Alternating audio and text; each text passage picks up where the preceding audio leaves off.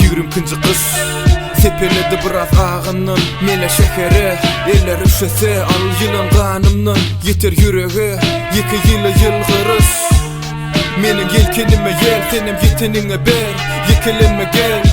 Yalan ekeni olur Ekenin oror Çözüyeme sık bağlam bollar Seyrettiğini yahtaylı süyücü Fikirlerim kasbinin düğü Bizim çümeli Otur gülleli Kavir adım yüzsüz Kavirlerim astarlı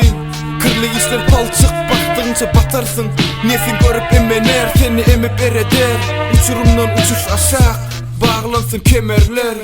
Perişten Koru beni gözlerden Koru beni dillerden Tilkiden mekir yüzlerden Bize ters üsyan yerlerden Perişten Koru beni gözlerden Koru beni dillerden Tilkiden mekir yüzlerden Bize ters üsyan yerlerden Korusun perişten, ayak taklasın Bize ters, övrümlere yetişsin Yakşı niyetlerim yerine kovuşsun Soğuşsun içimdeki ot yöneselmesin Yan yaz kemkenden durmuşum oduna Yetişti,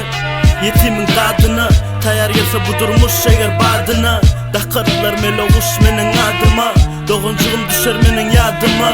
Akışıklı gelir düşte yanıma Akta da derişle,